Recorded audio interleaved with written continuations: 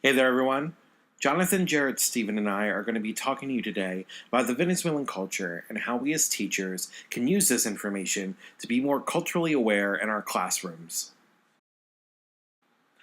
Let's start out by giving you all a basic introduction to Venezuela. We're going to be talking about its geography, its demographics, and its languages. Venezuela is located in the northern part of South America, sharing borders with the countries of Colombia, Brazil, and Guyana, and shares coastlines with the Caribbean Sea and the Atlantic Ocean. It is about 912,050 square miles, with 882,050 square miles dedicated to landmass. There are many different levels of terrain, including the Andes Mountains and Maracaibo lowlands in the northwest, the Central Plains, and the Guiana Highlands in the southwest. The Guiana Highlands is the largest region of terrain, covering about 48.2% of the territory. Being close to the equator causes the country to have a tropical climate with hot and humid weather for most of the country, but it being more moderate in the highland region. The capital city of Venezuela is Caracas, which is located in the northern central part of the country. There are four main groups of ethnicities: Metazion Parados, which is mixed European and Indian ancestry; whites with European, Spanish, Italian, Portuguese ancestry; African and Caribbean; and indigenous peoples. The Metazion Parados make up about 67% of the population, whites 21%, African and Caribbean 10%, and the indigenous peoples about 2%. 40% of the population is between the ages of 25 and 54, with the next largest group being ages 0 to 14 at 27.04%. There are over 40 languages that are spoken in Venezuela, but according to the Constitution, Spanish is the official language. Many of the other languages are those of the indigenous peoples. English is spoken in Venezuela in educational settings, professional settings, and by middle and high social classes. This is partly due to the rise of oil companies from English-speaking countries. Hello, my name is Jared Kramer, and I will be covering society and culture in Venezuela. And we'll be looking primarily at religious groups, different holidays, at least the publicly recognized holidays, family values, and hospitality. So, to start off, we have religion in Venezuela. As in a lot of countries around the world, the Venezuelan constitution grants the people religious freedom, and most fall into just a couple of different categories. The largest one by far, and you'll find this all across South America, is going to be Christianity. And the primary two groups of that are going to be Catholicism and Protestant. Of course, there are smaller subgroups of that, and if you'd like, you can look in more in depth. If you don't already know, there's a whole group and a whole different set of divisions for all of that. That and Roman Catholicism, sorry, and Christianity, Protestant Christianity anyway, have 71 and 17% respectively of the Venezuelan population. Next largest group is actually quite a minority, quite a drop, and that's going to be atheist and agnostic. And that'll be 8%. It's just essentially lack of religious belief, or well, in the case of atheism anyway, that would be more accurate. Lack of religious belief, and then agnostic is essentially you are uncertain. You think it's outside the ability of a human to understand whether or not there's a god. So they're kind of on the fence too. So that's grouped into a similar category there. And then finally, a sort of interesting one here. We've got um, Santeria, I think, if I'm saying that correctly, it's almost a cult as I have come to understand it. They take um, Catholic beliefs at their core. It's a very loose form of Catholicism that's taken, and they incorporate their own elements to it. So essentially, their own saints and religious practices. So what I mean by that, they have, Catholicism, as you may know, has saints in it, as prominent religious figures, and they are very strict about which saints are belonging to the Catholic faith. This group has sort of splintered off, taken a loose version of Catholicism, and added their own saints to it. And the Vice actually has an interesting video on YouTube if you want to check it out. The newest addition to these group of saints are called the Holy Thugs, which is fascinating. They're essentially Venezuela's version of Robin Hood. There's a significant following for them. I mean, only 1% of the population, but when that's on a country's, national scale, that's a significant bit. So just something interesting to check out if you have the time. And then holidays. So Venezuela, like most countries, including the United States, has a significant number of holidays. They've got 36 public holidays, which are the ones that I could find that were officially recognized by the Venezuelan government. And so you'll see actually a large Catholic influence on a lot of these holidays. 15 of the 36, so nearly half of them, are centered almost entirely around Catholicism. And they do not have any other nationally recognized religious holidays, interestingly. So some of those you'll recognize, like Christmas, but others you may not know. Carnival, which is actually a popular holiday around the world, in fact, just because of the scope of Catholicism as a religion, brought over to Venezuela by the Spanish, naturally, during their colonization and during the Second Spanish Empire. And you'll see that a lot actually in Europe, in Germany, France, Spain, Italy.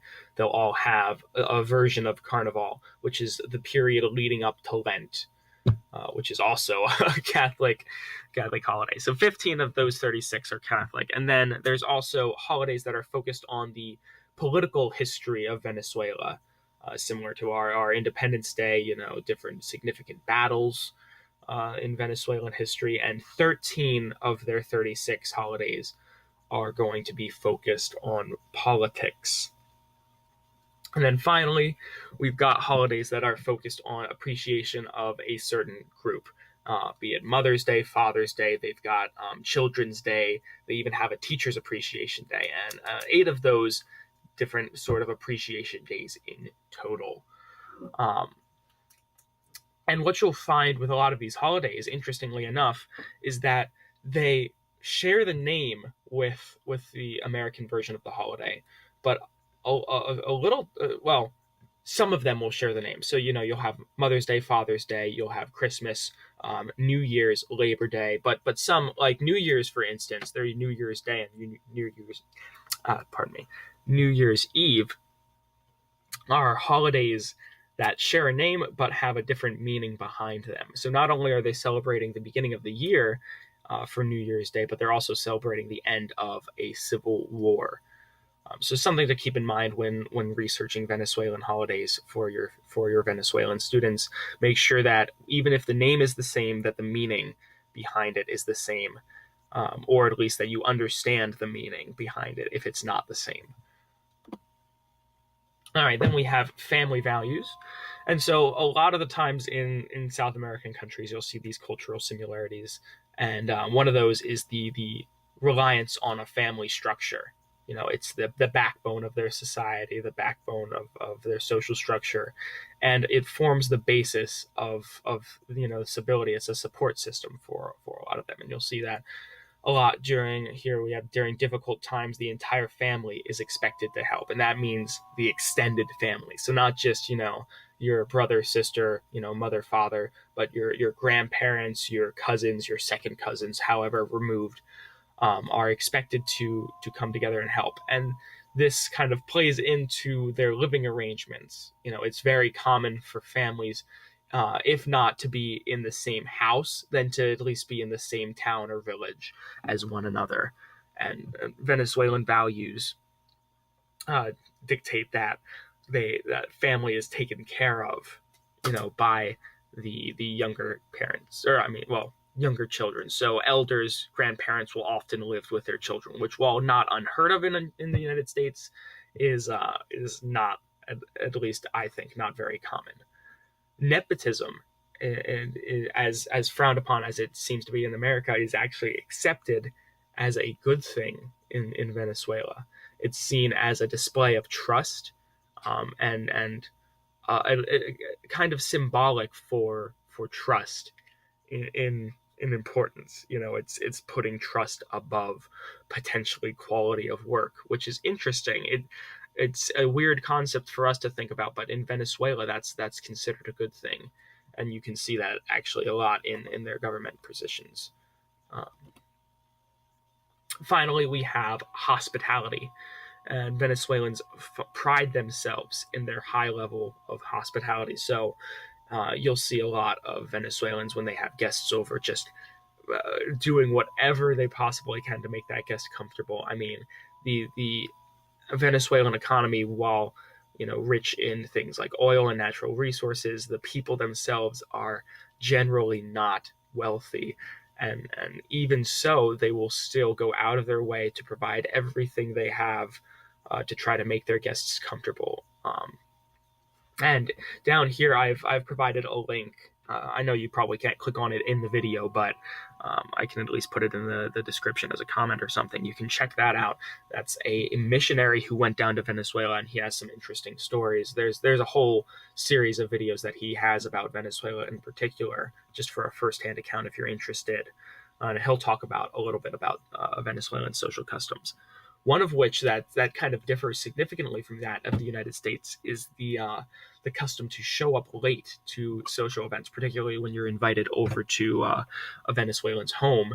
You're expected to show up 15 to even a half an hour late.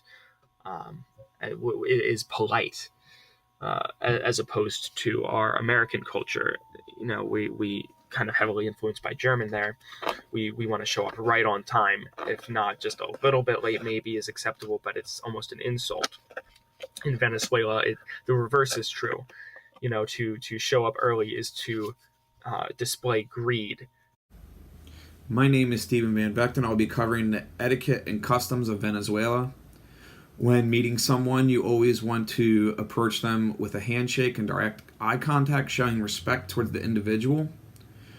When meeting a group, you always address the eldest person first. Since they are the oldest, they are seen as the wisest, which you need to show respect by addressing them accordingly. When saying goodbye, you address person individually instead of as a group.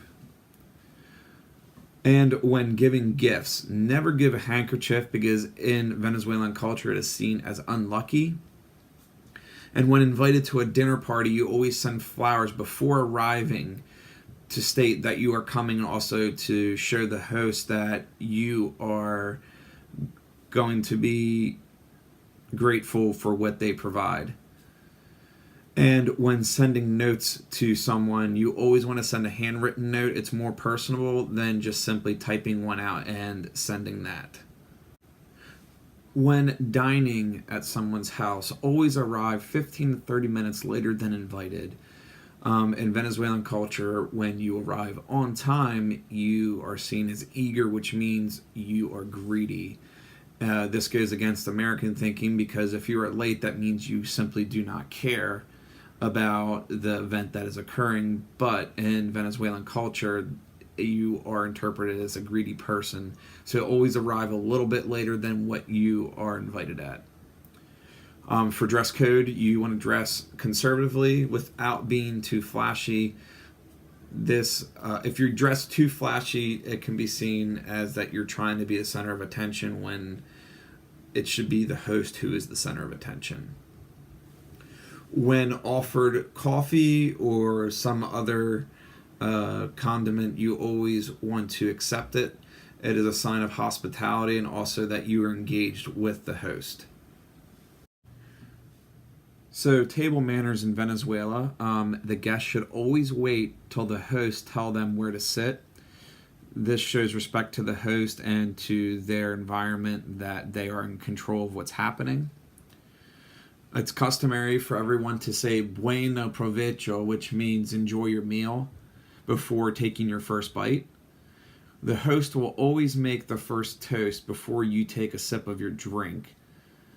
And also, once you are done eating, place the knife and fork diagonally across the plate.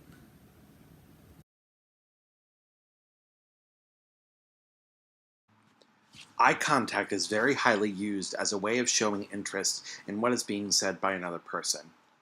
Eye contact in Venezuela creates a feeling of trust between the speakers. It's important to make eye contact when first meeting someone from Venezuela. Venezuelans use loud hisses and calls to get the attention of friends and family. When speaking in an informal situation, they tend to speak in loud volumes. They are very direct in the expression of their thoughts and ideas. Body language is used and interpreted very heavily in the Venezuelan culture. People like to stand close to each other when speaking. When sitting, you are to place both feet flat on the floor. Greetings are usually very warm and friendly, and accompanied by either a handshake between strangers or kisses on both cheeks between friends or on one cheek for business setting. There are, however, some gestures that would be considered rude, such as the OK sign or pointing with the index finger. Venezuelans in the United States. The main reason most Venezuelans, both children and adults, come to the U.S. is for educational purposes. Out of the entire Hispanic population living in the United States, Venezuelans rank 13th. Because of the Venezuelans' high regard for education, they have higher educational levels than other Hispanic groups in the U.S. Looking at a comparison between the U.S. and Venezuelan educational systems shows that they are roughly the same structure. This section will be discussing the history of conflict in Venezuela. The timeline starts back dating in the 1920s. From the 1920s to the 1970s, the world's largest oil reserve was found in Venezuela. With that being said, there was a high demand on oil exports from that time. 1980 through 1990, the country faced a massive debt whenever the prices of oil fell dramatically all around the globe. In 1998, Hugo Chavez was elected president, and he made promises to restore the country's health by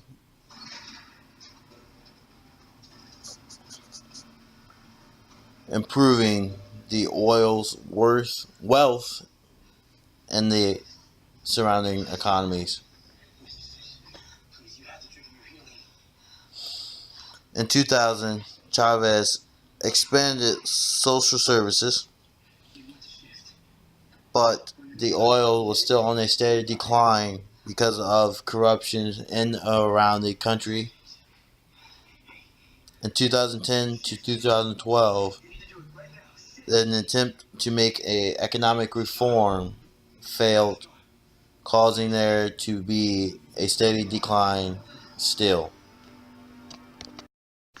All problems truly began in 2016 when the economy faced the true economic crisis, and healthcare systems began to lack funding, hunger, and nutrition, and child mortality rates began to increase dramatically, which caused an alarming rate of infectious diseases. Migrants are different than refugees. Refugees are forced to leave a country. Asylum seekers can be both refugees or migrants. They just have to apply for long-term stay. Because of the threat of violence, most Venezuelans are becoming migrants, and some are fleeing to become refugees because of the threat. Hundreds of thousands of Venezuelans have received legal asylum in their respective host countries. The crisis has a major effect when it comes to the children. The children are by far the most vulnerable of all citizens in these countries. They are at risk of hunger, malnutrition, and death. At a greater exploitation, they have more to fear from their families because of the chance of being exploited by their families. There's many ways that everyone around the world can help. Many countries can offer asylum to Venezuelans, uh, but to help individually, many people who are religious can offer a prayer that can go a long way, um, because the Venezuelan culture is so heavily involved with their religion that prayer is a lot to them. Worldview crisis. Efforts to help the country went into effect in 2018 by the Worldview staff. In Colombia, they have over 400 people. They have helped over 400,000 people by giving them food, healthcare, and economic empowerment. Ecuador has contributed by giving hygiene kits and children protection, and many of the other countries surrounding them, like Peru and Brazil, have done the same.